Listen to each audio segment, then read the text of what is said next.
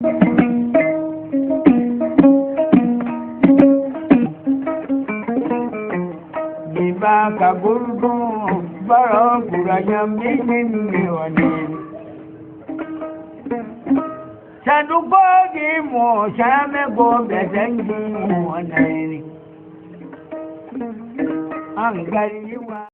a dit que nous on a fui en hélicoptère pour aller à Dori. Et quand vous voyez des grandes personnes mentir, ça fait pitié. Comme je dis, le peu de neurones qui les restent là, ils exploitent ça pour faire quelque chose de vraisemblable. Ils prennent toujours une information vraie. Et autour, maintenant, ils construisent leurs gros mensonges. Si vous n'êtes pas vigilant, vous allez croire que c'est vrai. Les hélicoptères ont réellement survolé. C'est vrai. Ça, c'est un fait. Tout le monde a observé. Alors, mais ils ont survolé pourquoi? C'est là la question. Donc, ils construisent le gros mensonge autour de ça. Tout le monde a vu les hélicoptères survoler, mais ils utilisent ça pour dire que, voilà, on a fui. Non, c'est faux. Et quand je les regarde, ils mentent tellement comme ils respirent. Ils construisent quelque chose de gros autour, que c'est des Wagner et des militaires maliens qui sont venus. Bon, moi, je ne dirais pas militaires maliens, c'est des militaires de l'AES. Donc, ils sont militaires maliens, les sont libres de venir au Burkina quand ils veulent, comme ils veulent. Mais c'est faux. C'est archi faux. Les Russes sont déjà ici. Ils travaillent ensemble, ils sont là. Pourquoi encore on va faire venir? Oh ben ceux-là, ils n'ont pas pu nous aider à faire ce qu'on veut. Ça ne veut rien dire. Secondo, je peux vous rassurer, ces avions par exemple qui ont atterri, les hélicos, je vous ai expliqué, les avions c'est du matériel des Nations Unies. Après la fin de la mission, les munitions sont restées à Gao, à Bamako, un peu partout. C'est le bateau Tombouctou qui avait commencé à prendre nos munitions d'ailleurs pour évacuer vers Bamako. Ils ont détruit ce bateau-là, donc on a trouvé d'autres moyens d'envoyer ça là-bas. Et là, c'est des munitions qu'on a ramassées venir, et il y a des munitions même d'autres pays qu'on va détruire ici. Donc il y a une structure des Nations Unies qui est la UNMAS, qui est au courant de l'opération, qui doit même superviser cette opération ces 2 jours-là. C'est des munitions donc, de la mission qu'on a ramassées. À Gao, on avait une FPI, et à Tombouctou, on avait nos hommes. Les munitions étaient à Bamako. C'est tout. Mais l'acharnement là doit vous permettre de comprendre qu'il y a quelque chose de bizarre quand même. Donc c'est faux. Les mouvements d'humeur, c'est faux. Il n'y a rien eu. Et ça fait que hier ou c'est avant-hier là, l'état-major était obligé de communiquer. Mais nous ne voulions même pas qu'il communique. Mais c'est parce que les parents des soldats à Dori ont commencé à les appeler. On a appris que c'est vous qui voulez vous mutiner ou quoi. Les enfants disent, ils sont en opération même. D'autres sont vers Manzila, d'autres sont vers Bani en opération. Et les parents les emmerdaient beaucoup. Donc ils ont demandé à ce que, est-ce que l'état-major peut communiquer vraiment pour qu'on arrête de les emmerder, de les laisser se concentrer sur leurs opérations. Vous voyez ce qu'ils font? C'est pas bien. Sinon il n'y a rien, absolument rien. C'est leur souhait peut-être. C'est leur souhait, mais ils ne verront pas ça se réaliser. Non, c'est une injure à nos soldats. Nos soldats sont beaucoup plus intelligents qu'eux.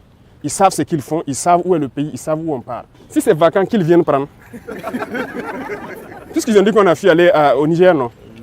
Ils n'ont qu'à venir prendre. Ils essayent là-bas pour faire quoi? Ils n'ont qu'à venir eux-mêmes venir prendre. Ils n'ont rien compris en fait.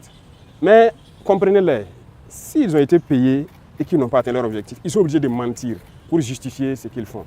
Et ce n'est pas eux seuls. Vous voyez les Djibril Bassolé et autres là, ils se baladent à travers le monde, ils mentent, ils composent avec les terroristes pour tuer des Burkinabés, croyant qu'ils peuvent faire changer des choses. C'est révolu ça. Les gens ont compris.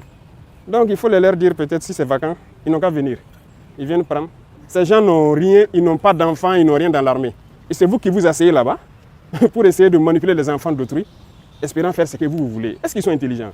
Ça, c'est une insulte. C'est une insulte même au peuple burkinabé de prendre les gens pour des enfants, raconter des balivernes et croire que les gens vont avaler ça. Non, les gens sont intelligents. Voilà, c'est plus les années où les gens peuvent voir des informations comme ça et puis bondir dessus et tout. Mais retenez qu'ils ont plusieurs objectifs. C'est le chaos, c'est voilà, déstabiliser le Burkina parce que notre ligne de conduite ne les plaît pas. Et ça nous réconforte. Ça nous réconforte, ça fait que nous, on veut aller vers notre objectif qu'on s'est assigné. Donc n'ayez pas de crainte à cela en fait. Beaucoup d'informations sont sorties, comme vous l'avez dit. Quel est votre message à l'endroit des Burkinabés de l'intérieur et surtout de la diaspora qui se pose beaucoup de questions sur la marche de la transition? Les gens vont comprendre. Nous voilà ici. Peut-être qu'ils vont dire que c'est du fake aussi. Venez me serrer la main, peut-être qu'ils vont croire que... Voilà, ça au moins c'est pas du fake. Voilà. C'est eux qui ont toute la technologie, nous on n'a pas encore à ce niveau-là. Voilà, donc nous on est libre dans notre pays et il ne faut pas que les gens vont s'inquiéter. Je disais qu'ils ont beaucoup d'objectifs. L'un des objectifs, c'est de faire peur aux investisseurs pour dire que le Burkina est instable, le Burkina ne peut pas... Vous savez que le Burkina fait partie, depuis 2023, là, des 10 pays les plus attractifs en Afrique. Les investisseurs veulent venir au Burkina parce qu'ils voient de la vision. Ils voient que ce pays peut se développer avec ce que nous sommes en train d'entreprendre. Donc il y a beaucoup de gens qui nous visitent, qui viennent pour investir au Burkina. Et quand ils font ça, ça fait peur aux investisseurs. C'est leur objectif, donc c'est dire à ceux de Burkinabés de l'extérieur et d'autres investisseurs qui veulent venir au Burkina, c'est archi faux ce qu'ils racontent. Le Burkina est bien stable, ils peuvent venir, ils peuvent croire au Burkina. Et tous ceux qui sont à l'extérieur, tous ces médias mensonges-là, c'est des faits qu'ils racontent. Voilà, c'est l'un de leurs objectifs. Ils ont un plan en tête, c'est sûr. Mais nous sommes aussi au courant, on les attend de pied ferme. Voilà, ils ne font rien pour rien. Quand ils commencent leurs mensonges, la désinformation, c'est en vue de quelque chose. Mais on les suit et on les attend de pied ferme. Et nous allons les apporter la réponse qu'il faut.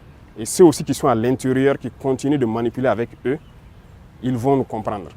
Maintenant, c'est fini. Nous avons laissé le temps écouler pour qu'ils déversent tous leurs mensonges. On va agir de façon très ferme. Donc, il ne faut pas que les gens à l'extérieur vont se fier à je dirais des conneries comme ça. Voilà, ça ne veut rien dire. Et c'est malheureux que ce soit des Burkinabés qui se retrouvent à l'extérieur, qui participent à ça. Voilà, ils sont nombreux en Côte d'Ivoire, qui continuent dans ça. On ne sait pas ce qu'on a fait à ces gens-là, mais ils n'ont qu'à continuer leur sale besoin. Personne ne va les écouter encore. Voilà, donc c'est rassurer tout le monde, les Burkinabés de l'intérieur, de rester sereins et imperturbables, il n'y a rien. Nous sommes là et nous continuons de travailler pour le bonheur des Burkinabés. Avec tout ce qui se passe, est-ce qu'il vous arrive d'avoir peur pour votre vie? Comment vous gérez émotionnellement tout ce qui se passe? La raison est Hélène, l'émotion est nègre. Nous, on n'a pas peur. On n'a jamais eu peur parce qu'on a eu la chance, je dirais, d'avoir fait le terrain et de vivre des situations où on aurait dû perdre la vie depuis. Je vous dis qu'il y a des situations où on est sorti dedans, on ne sait pas. C'est Dieu lui seul qui sait comment on est sorti dedans. Donc si c'est la peur, on ne connaît pas la peur. Ça, jamais. Et on prie Dieu ne jamais connaître la peur. Si on voulait connaître la peur, peut-être que si on avait commencé à s'embourgeoiser, on allait commencer à avoir peur. Mais voilà, ils attendent qu'on ait des comptes chez eux là-bas pour se lever un jour, dire tu fais ça ou bien on ferme. Ils n'auront jamais nos comptes là-bas. On s'en fout d'avoir des comptes là-bas. Voilà, on n'a pas de bien là-bas, on n'aura jamais de bien. Tout ce qu'on fait, c'est pour le Burkina. C'est le Burkina en paix. Nous, on ne veut même pas quitter notre Burkina. On est en paix ici. L'AES, c'est un grand espace. Si on veut aller faire du tourisme, on part à Bamako, à Niamey ou je ne sais, dans d'autres villes. On s'en fout d'aller ailleurs. On est bien dans notre espace ici. La peur, on ne connaît pas la peur. Non, on ne connaît pas la peur. On a décidé de s'engager pour la patrie. On sait tous les risques qu'il y a autour. On a abandonné toute notre vie pour ça. Pourquoi avoir peur? On a abandonné toute notre jeunesse là pour une mission pour la patrie. Donc il n'y a aucune peur. Vous pouvez rester sans crainte.